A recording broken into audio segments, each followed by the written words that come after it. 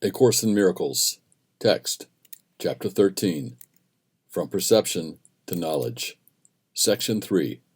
The Shadow of Guilt. Guilt remains the only thing that hides the Father, for guilt is the attack upon his Son. The guilty always condemn, and having done so, they will condemn, linking the future to the past as is the ego's law. Fidelity unto this law lets no light in, for it demands fidelity to darkness and forbids awakening. The ego's laws are strict, and breaches are severely punished.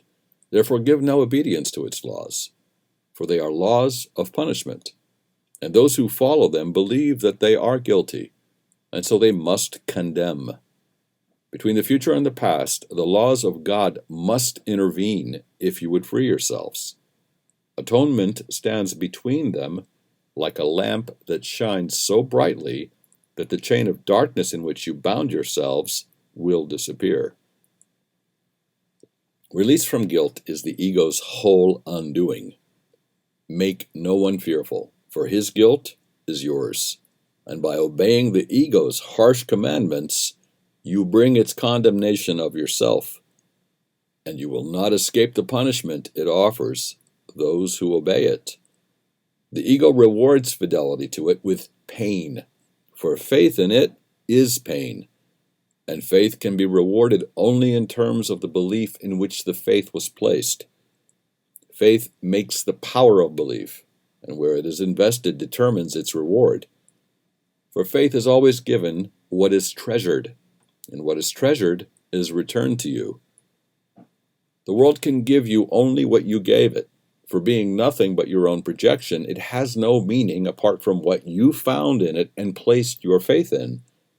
Be faithful unto darkness, and you will not see, because your faith will be rewarded as you gave it. You will accept your treasure, and if you place your faith in the past, the future will be like it. Whatever you hold as dear, you think is yours. The power of your valuing will make it so.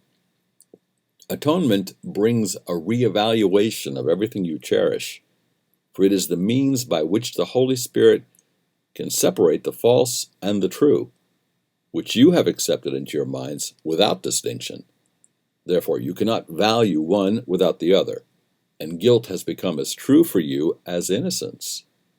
You do not believe the Son of God is guiltless because you see the past and see him not.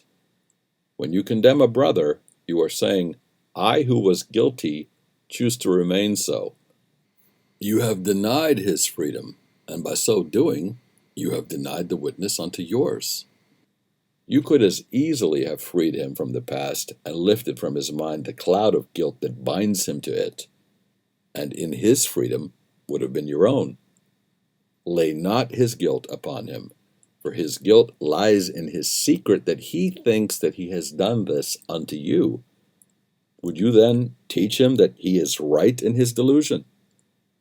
The idea that the guiltless Son of God can attack himself and make himself guilty is insane. In any form, in anyone, believe this not.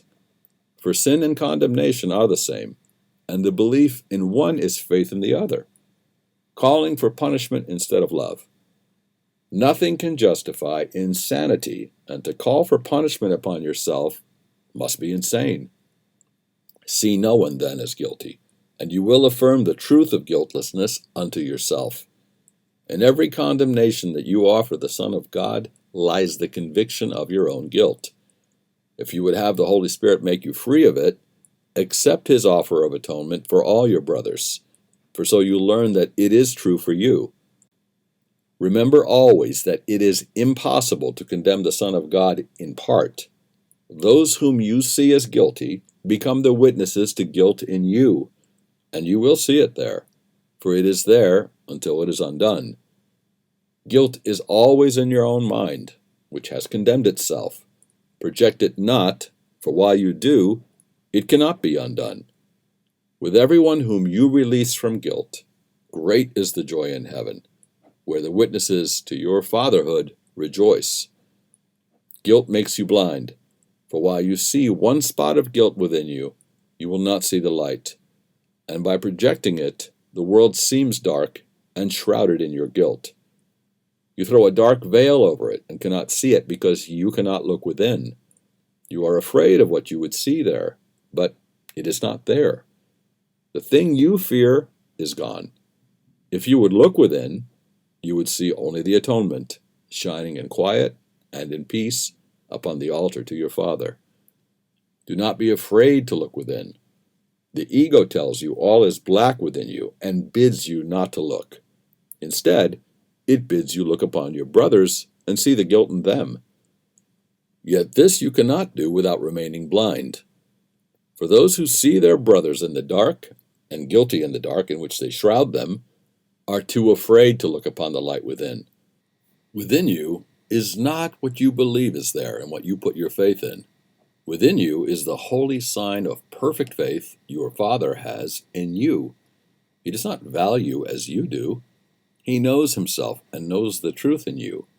He knows there is no difference, for he knows not of differences. Can you see guilt where God knows there is perfect innocence? You can deny his knowledge, but you cannot change it. Look then upon the light he placed within you and learn that what you feared was there has been replaced with love.